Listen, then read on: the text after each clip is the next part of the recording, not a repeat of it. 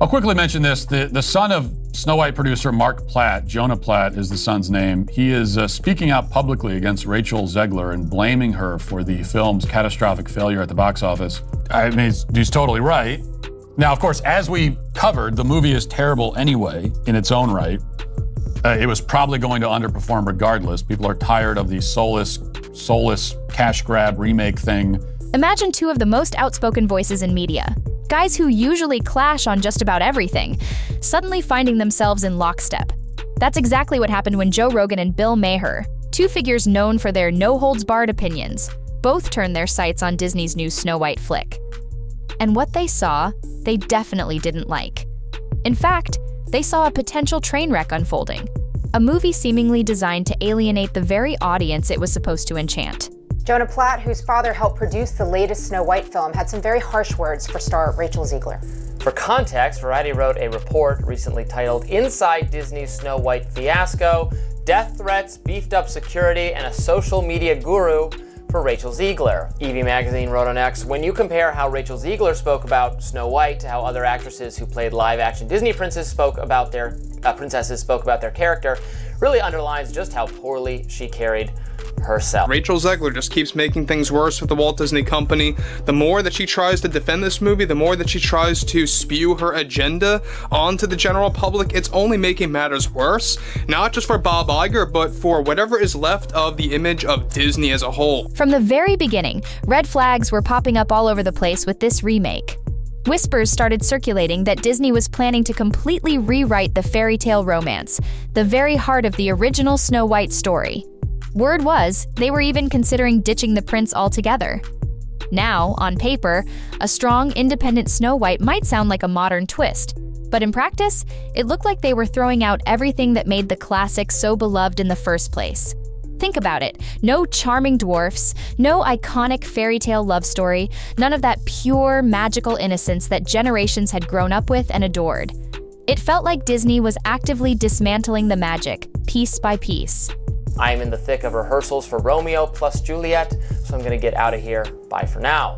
The Variety story notes how a couple of minutes after posting this, she replied to her own tweet and wrote, "And always remember, free Palestine." Variety breaks down how after this tweet went viral, the studio was shocked that she would mix a promo tweet with a political statement. As a result, Mark Platt flew to New York to speak with her in person. But the trouble didn't stop there. A storm began to brew around the lead actress herself, Rachel Zegler. Fans started to question whether Zegler even had any affection for the source material, and those questions quickly escalated when old social media posts of hers resurfaced. These weren't just innocent opinions, they were full-on political rants. In one particularly charged post, she told supporters of a certain former president to go away and never know peace, and even laced her messages with curses.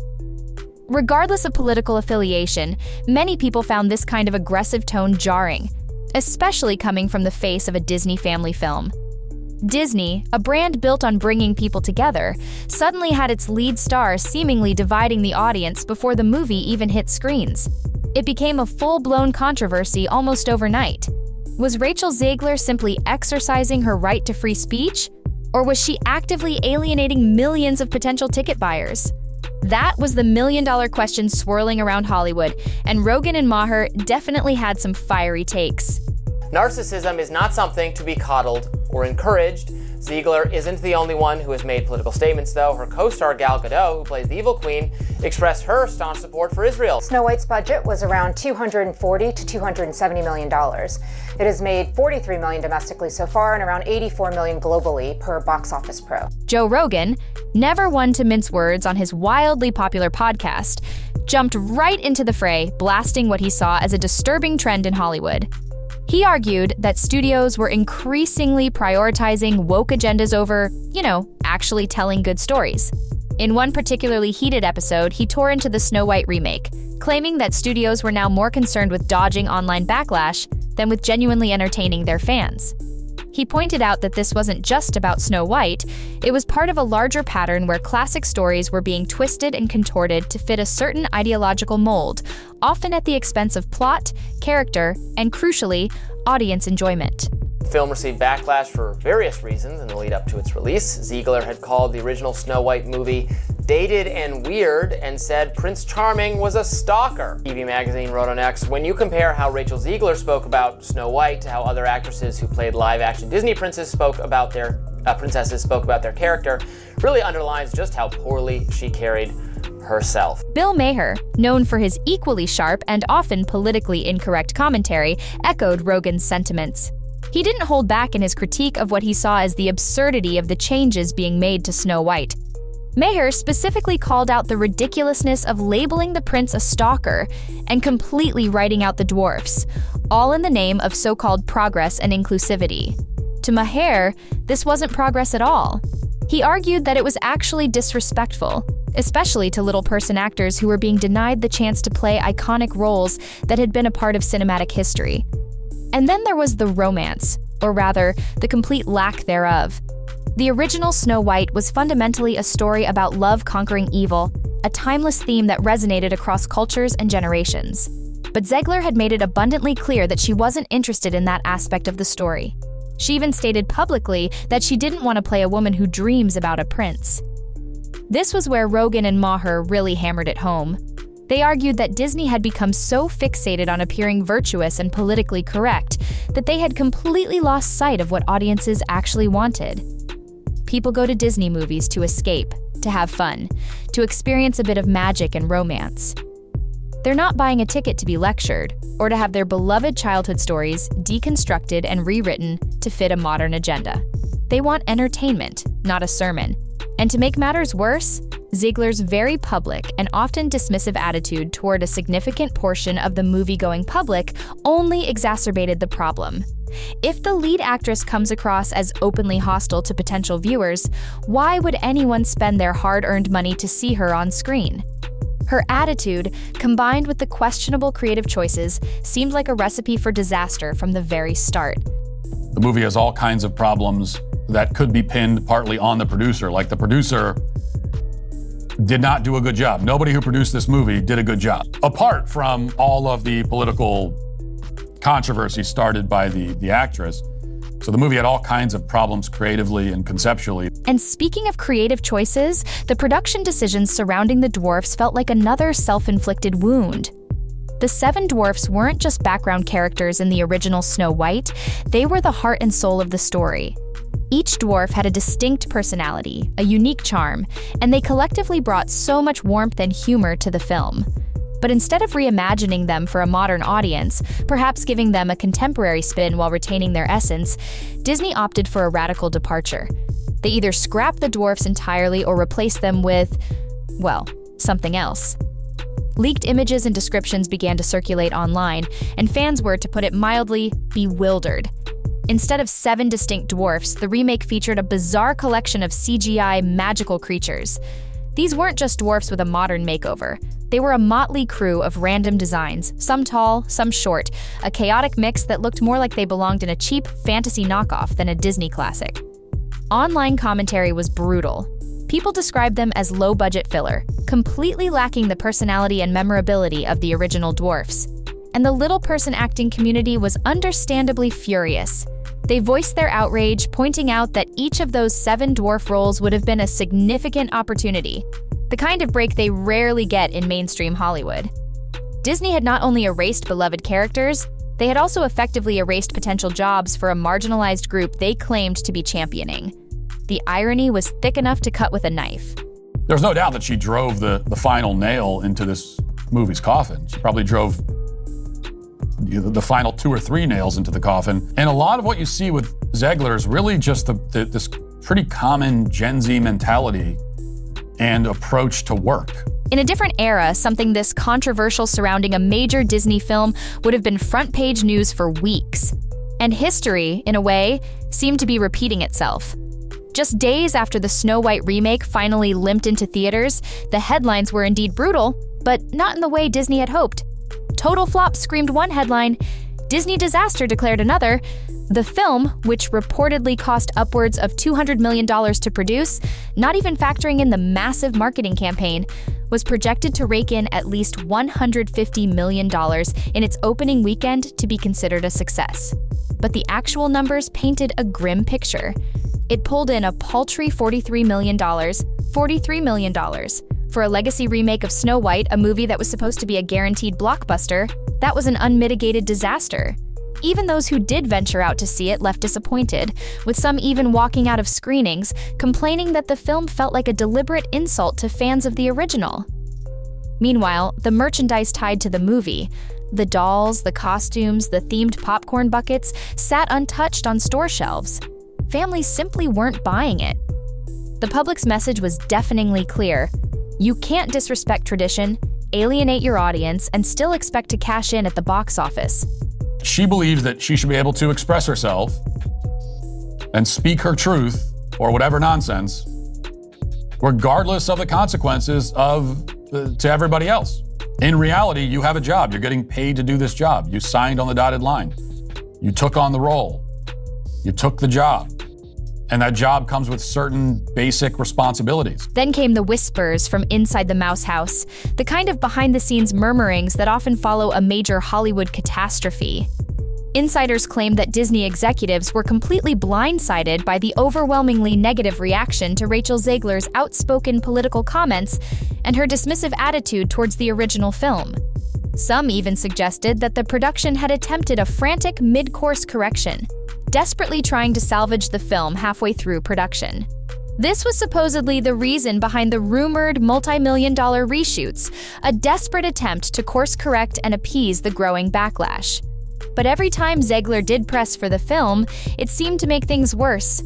She doubled down on her controversial statements, proudly declaring that she was happy to have removed the prince and insisting that this new version was somehow more relevant than ever. Critics weren't buying it. Many felt she came across as condescending, as if she were scolding audiences for daring to enjoy the classic animated film. Disney executives were reportedly in a state of panic, scrambling to figure out what to do next. Should they just quietly pull Snow White from theaters and pray that streaming numbers could somehow mitigate the damage? Was there any possibility of damage control? Perhaps a sequel that backtracked on all the controversial changes? As it stood, the situation looked bleak. The rock-solid brand loyalty that Disney had relied on for decades seemed to be eroding at an alarming rate. And as for Rachel Zegler, she was living out every actor's worst nightmare, watching her own movie bomb spectacularly and in very public fashion. Not even Discount Tuesdays could breathe life into this cinematic corpse. This wasn't just a flop. It vanished, like a blink, and it was gone. The woke Snow White remake didn't spark controversy. It simply evaporated into a deafening silence. And the only ones left to witness the fallout? Zegler and a small, tight-knit group of friends. For someone who had once been hailed as Hollywood's next big thing, this was a brutal, icy cold wake-up call. And one of the most basic is the responsibility to control yourself and comport yourself a certain way publicly so that you don't harm the project and thereby harm all the hundreds of other people who are working on it. Because she's not stupid. Well, she might be stupid, but she's not so dumb that she didn't realize that by, for example, coming out and saying that all Trump supporters deserve to suffer. The box office numbers were devastating, but perhaps even more telling was the scene at a nearly empty movie theater on what was supposed to be opening weekend. March 25th, 2025, a date that was once circled on Disney's calendar in anticipation of a blockbuster launch, came and went with barely a whimper. Zegler had gathered a few loyal friends, Ilda Mason, Jorge Mason Remy, and Maria Isabel de Mason, for what was supposed to be her triumphant moment, a celebration of her starring role in a major Disney film. But when they stepped into the theater, it felt more like a ghost town than a movie premiere. The air was thick with awkwardness. Still, Ilda, bless her heart, tried to inject some forced enthusiasm into the desolate atmosphere. When Rachel's name flashed on the screen during the opening credits, Ilda shouted out, "Zaire!" with exaggerated excitement.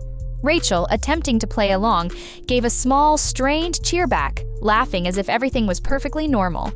But the vibe in the room screamed otherwise. It was the kind of moment you fake smile through, desperately hoping no one notices the crushing silence and the palpable sense of failure hanging in the air.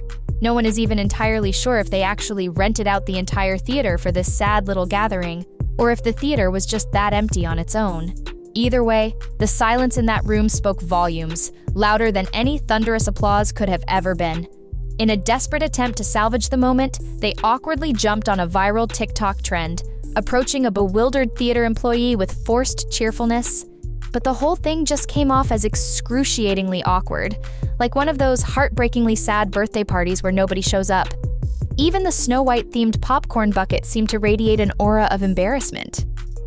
Disney's Bob Iger says their mission is to entertain, not send messaging as Snow White sales compete for worst performing live-action Disney adaptation ever. Infusing messaging is not what we're up to, Iger said. We need to be entertained. According to voices like Rogan, Maher, and countless other pop culture critics, this Snow White debacle serves as a stark warning sign for all of Hollywood.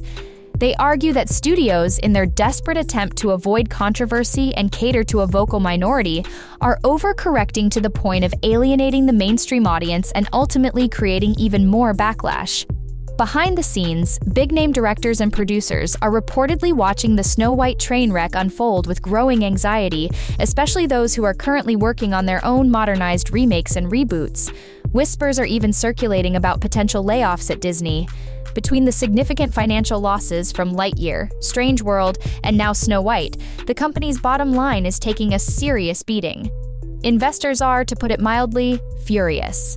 A movie that should have been a guaranteed financial home run has instead turned into a costly and very public embarrassment. And then there's the Rachel Zegler factor. Once seen as a bright, rising star, brimming with talent and potential, she now carries the baggage of a major box office bomb and a reputation for stirring up controversy. Casting directors are reportedly starting to murmur, is she really worth the trouble? The talent may be undeniable, but so is the potential for drama and audience alienation. Ultimately, this whole mess might force Disney to finally take a long, hard look at its current creative strategy. The relentless habit of rebooting beloved classics and stuffing them with heavy-handed, often preachy messages, that approach can only fly for so long. When fans keep walking away in droves and the box office numbers consistently prove it, Disney might finally be compelled to return to the core principles that made them legendary in the first place. Heartfelt stories that bring people together rather than pushing them apart. So, was this Snow White remake doomed from the very beginning? Some argue that absolutely, especially once Disney decided to rip out the heart of the original plot and replace it with vague, modern themes that failed to resonate with a broad audience. Others contend that the downfall began with Rachel Zegler herself. Her outspoken online presence and often blunt, dismissive takes turned off a significant portion of potential viewers long before any trailer even dropped. She became a lightning rod, and not in a good way. Regardless of where you place the blame, the outcome is undeniable. The movie bombed, hard. And it has now become a potent symbol of everything that many fans feel is wrong with Hollywood's current approach to beloved franchises. Even Joe Rogan and Bill Maher, two individuals who rarely find common ground, have pointed to Snow White as definitive proof that when Hollywood goes too far in pursuit of a woke image, it can irreparably damage even the most cherished stories. Instead of a fresh and engaging take, audiences were given a watered-down, unrecognizable version where iconic characters were erased, romance was mocked, and entire segments of the movie-going public felt actively excluded.